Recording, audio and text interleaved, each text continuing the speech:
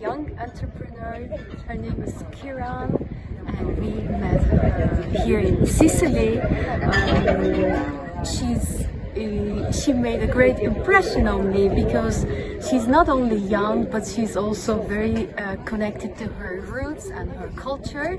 And she lives in Milan, and she represents her roots with her project.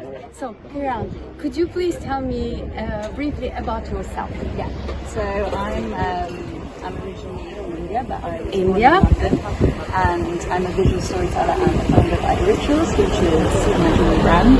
And I started this just over a year ago with a real desire to tell stories through jewelry.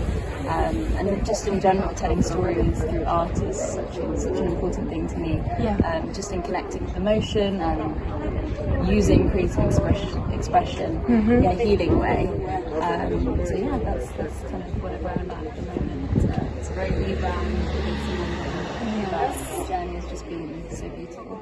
And I would like to understand, why did you choose this path? I mean, because these are all handmade and original gemstones from India. Yeah. And in India, we know that artisanship is still, like, India as a culture, as a country, they value this humanity feeling of handcrafts. Yeah. So, as a young entrepreneur, you could have chosen something completely different. Can you tell me a little bit about this artisanship culture in India? It's still very strong. It is, yeah.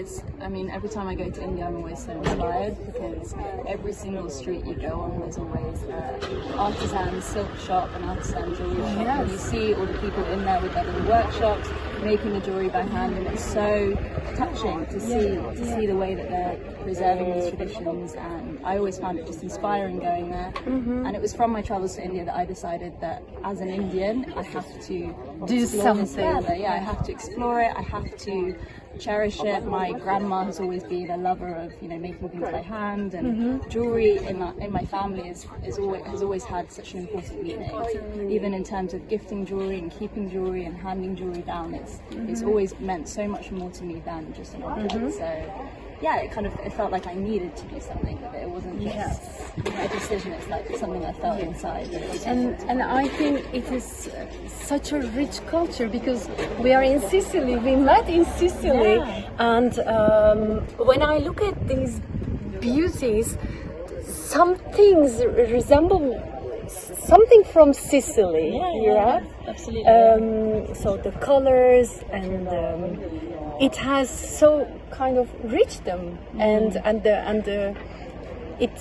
mean, I think in Europe, especially women, they love Indian crafts, right? Yeah. Something I've found has actually been so many similarities between Indian culture and Sicilian culture in terms of this desire to preserve craftsmanship, making things by hand, and really incorporating the traditional ancient ways of making things, which is just, it's the most beautiful part, because in India, yes, there are still lots of this, but there are also many kind of fast fashion brands, bigger companies that are kind of exploiting the labour there and not preserving these traditions, which is why I think now more than ever it's so important that we bring this to the surface and use it in a creative way so that it can be shared with people from all around the world, people who maybe don't have the opportunity to go to India. Like, I like to tell stories not just of jewelry but of India, of the people, of the wisdom, because And I think different artisans you work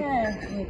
Yeah, so I work predominantly with a social enterprise. So we work with artisans that come from kind of underprivileged and marginalised backgrounds, providing livelihood opportunities, which, I mean, my family originally come from a village in India, and so it's just something that's been taught to me that, I always felt that it was important for me to create these opportunities there and use what I have to do that in a way that allows me to also be creative in the process.